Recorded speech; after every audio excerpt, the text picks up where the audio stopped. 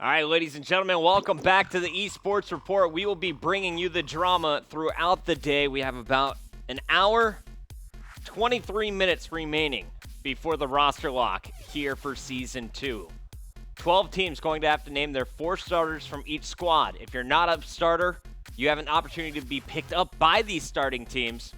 On Thursday, we're going to have our amateur draft where it's going to be the top 250 players for rounds 1 through 3 in the Pro Points leaderboard. So if you're on that 250 leaderboard, you have an opportunity to be picked up by one of these organizations. The 4th round, it could be anyone. So if you're from a state that can't play in game battles, you could get in. If you just are new to the scene but have been doing a lot of work recently, you can get picked up by one of these squads. We'll see how that all fares on Thursday. I'll be doing a very long extended show kicking off at 6 o'clock. We'll be announcing every single draft pick round by round.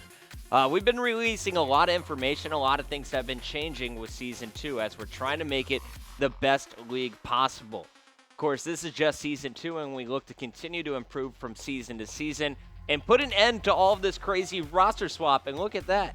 It is right now 3:36:45 p.m. Once that says 5 p.m., we're going into the roster lock. But now it's time to take a look at our AMA from Reddit this weekend. Adam Apicella went on there, had you guys ask any questions you wanted, and he gave you the answers. Let's bring up some of your questions. Here is your AMA with Adam Apicella, the EVP of Operations here at MLG. Will we see the COD lead expanded? My good friend Benson asked this. Yes, not sure on timing, but the goal is to eventually be 16 teams in North America along with international leagues. So our goal is to take this globally. He says he wants to expand, but I don't think it's happening for Season 2. There's been no talk about it so far in the office today that I'm aware of. So looking for probably a Season 3 expansion, maybe Season 4, as we'll expand to 16 teams. It's pretty awesome to see that right now there are 12 squads that can all take games off of each other.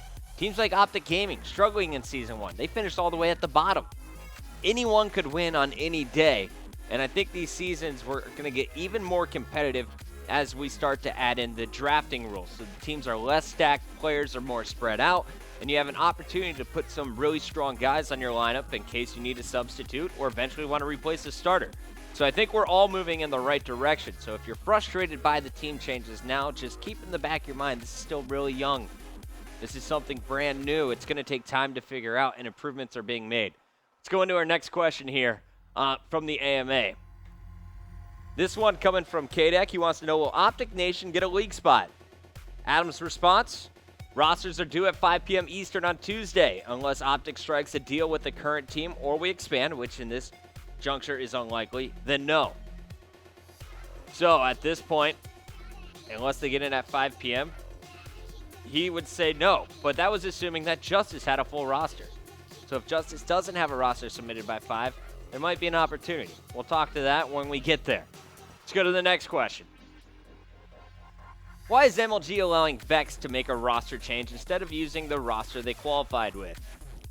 Well, I feel bad for Saint here. He was dropped, if you guys don't know it, for the pickup of Slasher. I was told he couldn't make it to the UMG event, and that's what may have sparked the move here by Slacked, Huddle, and Pluto.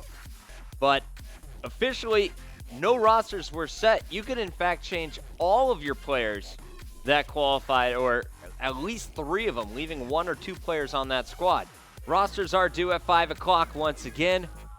They can submit whatever roster they wish. This will change for Season 3 after we institute our free agency rules. So there's definitely a goal to submit some free agency rules to have some player movement restrictions. Let's go on to the next one. He has answered 5 really good questions for you guys today. At least we're showing you the ones that are coming from the team changes category. If you want to read it all, of course, it's on reddit.com/r/COD competitive. Here's another one from Bashir. Also, you claim that you wouldn't take away any spots when SB didn't have any of its remaining players. What's the difference now with Curse? Now, this is a highly talked about topic here internally and with some of the other managers. They felt, it was important to the league to keep just 2 franchises per organization. So Curse was coming into this one with 3. They had Curse Youth, they had Curse New York, they had Curse Las Vegas.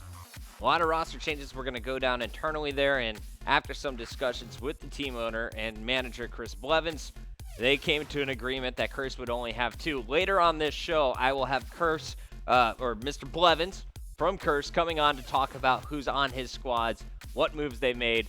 As you guys know, if you were on Twitter yesterday, Haggy was released from the organization. That was Haggy was the leader of a team that was supposed to be Curse ATL with Tipsy and the boys. We'll talk about that in a bit, but first, let's finish this AMA. Why do the rules constantly change? Wants to know baseball. We agree we need to be very clear free agency and team roster rules in place. We will be rolling those out this week or early next week. So, the commissioner has been working with Adam. I've been in on a few of these calls as well, talking about what are the rules, how do we set this up, what's the time length of the restrictions. All of that is still to come, so thank you guys for your patience. Ron, are we out of questions from the AMA? Yes, we are. Oh, you want me to pull it up on Reddit real quick? I can show you Reddit. This is Reddit's site, guys. If you go here right now, it's pretty awesome. This is my computer, and you can see it. Once again, reddit.com/r/COD-competitive. Got a little Pro Circuit Shield behind them. And you can see all of the topics today. A lot of them covered already in here. So hop on your Reddit, make your name, start up voting, down voting, become a contributing member of the community. Currently, 8,370 people are here on a daily basis as subscribers. We're not going to quick commercial break. We're talking about FaZe Black, and I wanted to show you guys something. I have my friends over at COD Stats on Twitter. They were sending me this info from PAX, and we were talking about how FaZe Black could be such a strong squad. First, let's show you the roster. Then we'll show you where they stack up in the leaderboard. You can do it, Ron. Find it. It's in that folder. Yeah, there it is. Formal, Saints, Sensor, and Dito. You'll recognize those 3 guys on the right as 3/4 of the Strictly Business roster in the past. Formal coming over from Team Caliber. Now, Dito filled in Formal spot on TK for about 2 days. Now officially back with his SB boys. I'm really interested to see how far these guys go. And this is actually something that I was wondering, is this going to happen? Because on the final day of PAX, Formal was in the car with Saint, Sensor, and Dito on their way over to the venue. Apathy was also in that far back seat, but he had already planned to go to TK with Dito. Apathy stays with TK. Dito makes the move. So they must have had some Sunday night conversations. Let's take a look at where these players stack up on our leaderboard. These are the statistics from PAX. In fact, let me control plus this for you. We'll make that nice and grande. Is that too big, Ron? We good with this? All right, we're good, says Ron. All right, so you can see Saints, number 2 player overall when it comes to KD, and that's with 18 maps. So averaging 1.14, pretty darn impressive tournament. The only player better than that was Eggs. Dito finishing in the top 10. Granted, there were only 24 players, but he finishes with a 1.08, higher than JCap, who had the best ranking going into PAX from Season 1. Formal, not what I expected to see here. I expected him to be within the top 10 to have a big high KD, but I noticed something. While his KD went down, his blitz caps went way up. Shot to above a 4.5. He's at 4.67, tying Eggs for that number 1 spot. You also notice as you keep going through here, Dito near the bottom when it comes to domination captures. Sensor, let's find him. He's always at the top. There he is with over 7.14 domination captures per map. That's absolutely astounding. You can also see Sensor doing his work in Blitz. And I was expecting Apathy to be higher than Sensor here when it comes to Blitz, but Apathy actually way down here at 16. So Sensor has really taken over that lead role on Strictly Business when it comes to the objective.